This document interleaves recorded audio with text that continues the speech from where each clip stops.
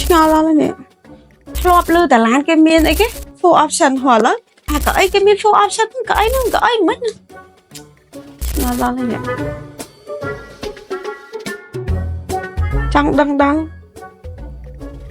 ងចង់ដឹងហ៎តោះទៅទស្សនាវីដេអូទាំងអស់គ្នាជឿសួរបងទាំងអស់គ្នាគេនឹងបងអូនមកបង្ហាញជាមួយនឹងកៅអី Ego Damage ដែលមាន full option ច្រើនមែនតើដែលបងកំពុងតែតន្ទឹងរង់ចាំយកឥឡូវយើងមកដល់ហើយសម្រាប់ប្រភេទលើកនេះគឺយកមករហូតដល់2ពណ៌យើងមានជាមួយនឹងពណ៌ខ្មៅហើយនិងពណ៌ប្រផេះអញ្ចឹងបងអាចមើលបានជាមួយនឹងប្រភេទកៅអីនេះគឺមានលក្ខណៈពិសេសច្រើនមែនតើលក្ខណៈពិសេសរបស់កៅអី Ego Damage កៅអីរចនារូបរាងជារាងឆ្អឹងខ្នងងាយស្រួលក្នុងការអង្គុយប្រភេទសំណាញ់ស្វិតមាំមានខ្យល់ចេញចូលបានល្អនិងមិនហប់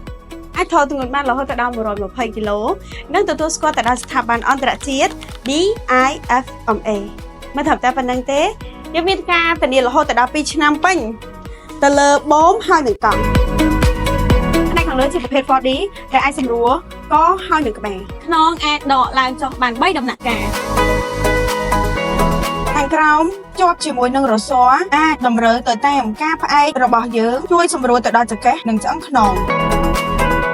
ដៃជាប្រភេទ 4D អាចឡើងចុះហួសទៀតបានអាចបង្វិលទៅមុខទៅក្រោយវែងស្ដាំបានទៅតាមតម្រូវការអាចកាត់កេងពី90ទៅ135ដឺក្រេដែលអាចធ្វើឲ្យយើងរីករាយក្នុងម៉ោងសម្រាប់ពីការងារ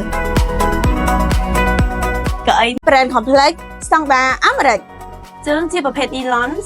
បូមជាប្រភេទ class 3 smooth ក្នុងការឡើងចុះខ្ពស់ទាបប្រភេទកង់ smooth ល្អមិនថានៅលើកម្រាលព្រំឬក៏នៅលើឥដ្ឋ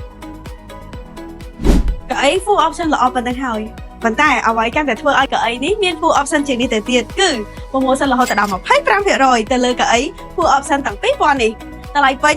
$168បញ្ចុះសល់ត្រឹមតែ$126តែប៉ុណ្ណោះ We Comfort បង្កើតសុខភាពគុណភាពស្តង់ដារនិងទំនុកចិត្ត